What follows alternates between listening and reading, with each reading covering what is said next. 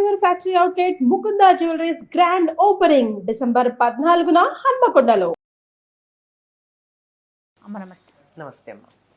అమ్మ, ఇంట్లో ఉండే తులసి వాడిపోయినా లేకుంటే కొండెక్కిన, అదే పదం వాడాలనుకుంటా, నిద్రపోవడం పోని అలా అయినప్పుడు దాన్ని మనం అదొక అశుభం అని భావించాలా? భయపడాల్సిన అవసరం ఉందా?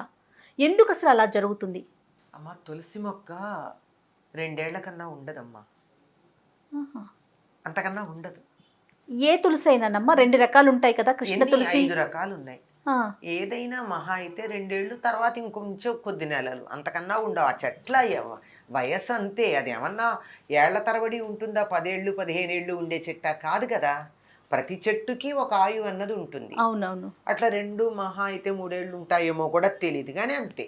అయితే ఇది చాదస్తాలు ఎంతగా అయ్యాయంటే ఎవరో తుమ్మితే నా ముక్కు ఊడిపోయింది అనుకునేటటువంటి లోకం అయిపోయింది ఇది. అందువల్ల ఇలాంటి వాటికి ఇది ప్రాధాన్యం ఇచ్చి అసలు విషయాన్ని పక్కకు పెడుతున్నాం. అక్కర్లేని విషయాలకి మరీ ఆధునిక కాలంలో ఇలాంటి చాదస్తాలు ఎక్కువైనాయి.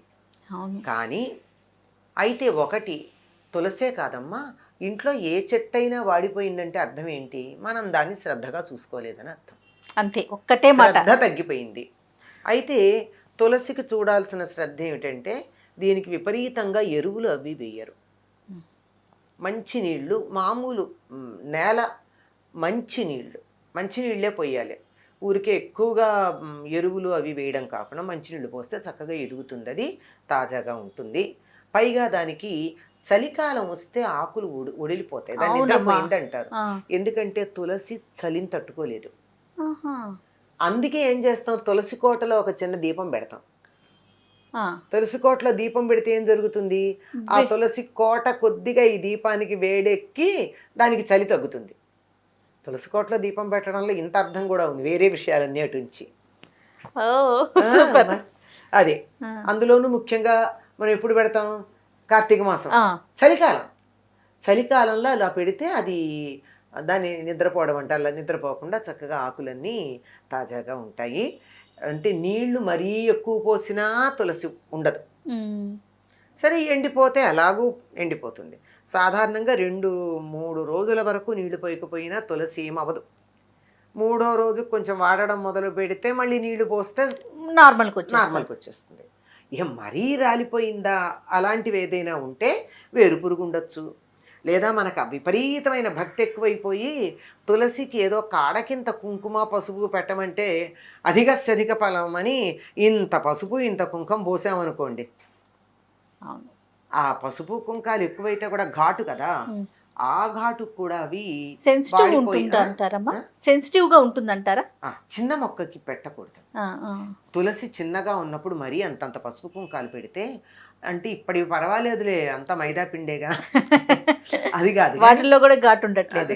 ఘాట్ అయింది ఉంటే మాత్రం కాస్త మొక్క కింద ఆకుపచ్చ రంగు కాకుండా కాడ బ్రౌన్ కలర్ వచ్చాక పెడితే పర్వాలేదు, కానీ లేకపోతే అది నాజుగ్గా ఉంటుంది కదా, అది ఇదైపోతుంది, ఎండిపోయే అవకాశం ఉంటుంది. అందువల్ల ఇట్లాంటివి ఏమన్నా జరిగాయంటే అది మన దోషం గనక తప్పది, మనం స్వయంకృతంగా చేసాం. లేకుండా 2 ఏళ్ళు అయిపోయాక చెట్టు వాడిపోయింది అనుకోండి, సహజం, అది తప్పేం లేదు. వాడితే కూడా దాన్ని ఏమి మనం బాధపడక్కర్లా. ఇది 2వ ఏడు వచ్చేసింది, తులసి కోటలో ఉన్నటువంటి తులసి వాడిపోతుంది అని అర్థమయ్యి కొత్త మొక్క ముందరే పెట్టాలి. పెడితే ఇది ఎదుగుతూ ఉండగా అది వాడుతుంది. అది ఎండిపోతే అప్పుడు దాన్ని తీసి మళ్ళీ ఎక్కడ పడితే అక్కడ పడేయరమ్మా. బాగా లావుగా ఇంతంత లావున మొదళ్ళు కనుక్కుంటే తులసి పూసలు చేసే వాళ్ళకి ఇవ్వచ్చు. లేదంటే చాలా చక్కగా వాటిని ప్యాక్ చేసి అక్కడ పెడితే ఎవరన్నా హోమం చేస్తూ ఉంటే దానికి వాళ్ళకి తులసి కావాల్సి ఉంటుంది, తులసి వాటి హోమాలు అవి చేసే వాళ్ళకి ఇవ్వచ్చు. ఎక్కడ పడితే అక్కడ చెత్తలో పారేయకూడదు. ఎందుకు అంటే తులసికి ఇంత విలువ ఇవ్వడం, అది పవిత్రంగా ఉంది, ఏదో తులసి అనేటటువంటి గోలోకంలో ఉన్న గోపిక యొక్క అవతారం, ఇవన్నీ పురాణ సంబంధం. మేము పురాణాలు నమ్మమని ఎవరు అడిగారు? నమ్మిన వాళ్ళకి నమ్మినంత, నమ్మలేదనుకో నీ ఇష్టం, నమ్మమని బలవంతం చేయాల్సిన పని లేదు. దాని యొక్క విషయం గనక గమనించినట్టయితే తులసి కోట దగ్గర ఎప్పుడూ కూడా కావలసినంత ప్రాణవాయు ప్రసారం అవుతూ ఉంటుంది. అందువల్ల ఒకసారి దాని చుట్టూతా 3 సార్లు తిరిగామనుకోండి, తిరిగినట్టయితే మరింత ప్రాణవాయువు మనకు మనకు వచ్చి వస్తుంది. మనకి చక్కగా శక్తి ఉంటుంది. ఇది తర్వాత అనేక రకాలైనటువంటి సూక్ష్మ క్రిములను అది పోగొట్టగలదు. వాతావరణంలో ఉన్న కాలుష్యాన్ని పోగొట్టగలదు. ఈ సంగతి మనం చెప్పడం కాదు, పాశ్చాత్య దేశీయులు కనుక్కున్నారు. అమెరికాలో చాలా సంవత్సరాల క్రితం, సుమారుగా 20 ఏళ్ళు అయి ఉండొచ్చు, క్రితం ఒక రోడ్డు పక్కన ఒక శవం దొరికింది. ఆ శవం చచ్చిపోయి అది వాడిని చంపేసి చాలా రోజులైంది. అంటే ఆ కేసు కోసం వీళ్ళు చూస్తుంటే అల్టిమేట్గా దొరికింది. లెక్క ప్రకారం అది కుళ్ళిపోయి ఎందుకో పనికి రాకుండా ఉండాలి ఆ డేట్ ప్రకారం, కానీ అది తాజాగా ఉంది. ఎందుకు తాజాగా ఉంది అని వాళ్ళు పరిశీలిస్తే, వాళ్ళు అక్కడ పారేసినటువంటి చోట ఉన్నవన్నీ తులసి మొక్కలు, చాలా పెద్ద ఏపుగా మెరిగిన తులసి మొక్కలు.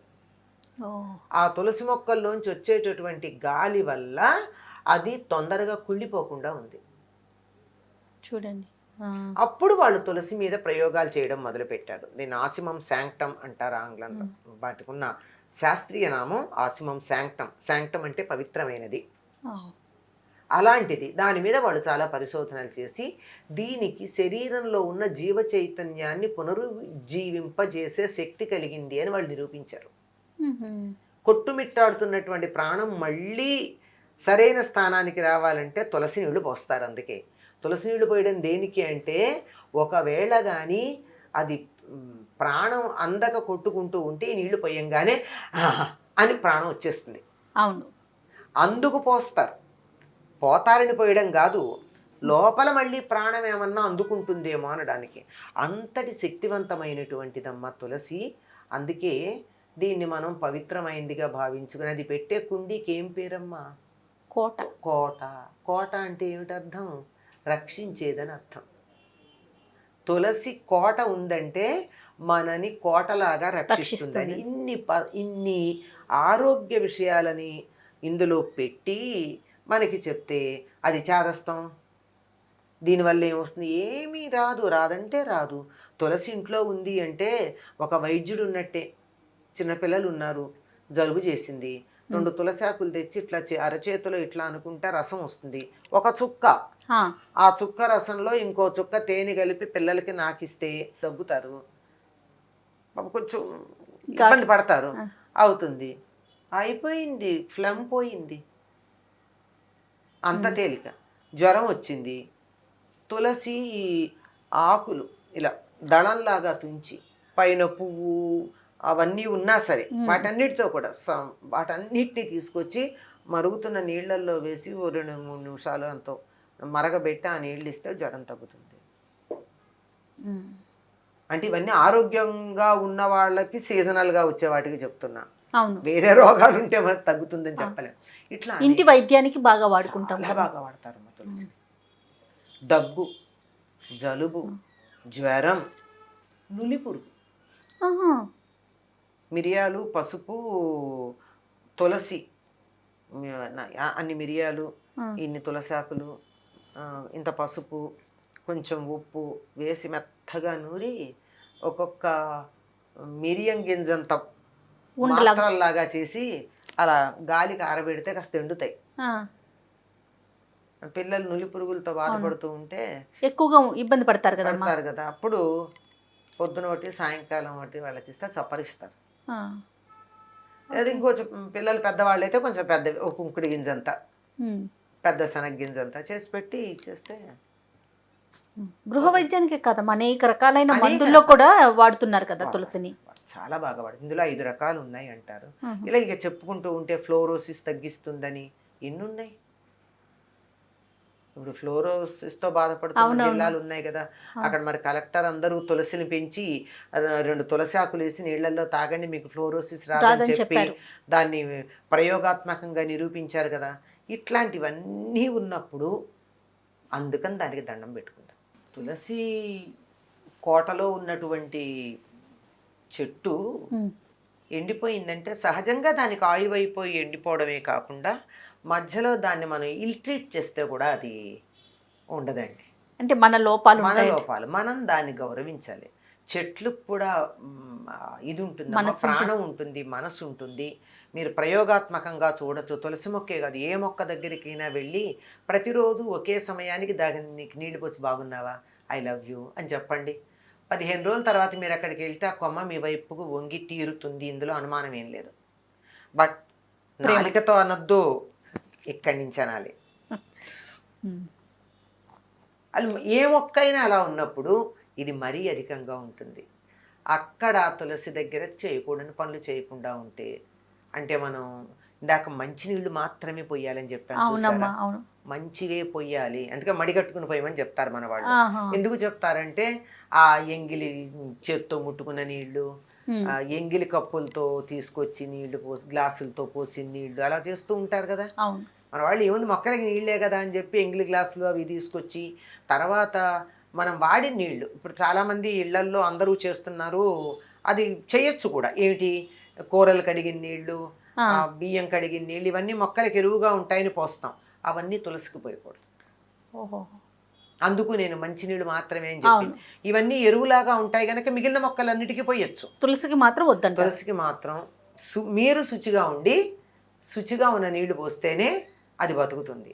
ఒకవేళ మన ఇంట్లో అట్లా అయ్యింది అంటే తప్పనిసరిగా మనం దాన్ని ఏదో కొంచెం గౌరవించలేదన్నమాట. లేదా అశుచిగా ఉన్న వాళ్ళు ఎవరైనా దగ్గరగా వచ్చినా కానీ తులసి ఎండిపోతుంది. కొంచెం ఎవరు పడితే వాళ్ళు ఎప్పుడు పడితే అప్పుడు తులసి దగ్గరికి రాకుండా చూసుకోండి, అంతే. తప్పకుండా అమ్మా. నమస్తే. నమస్తే అమ్మ.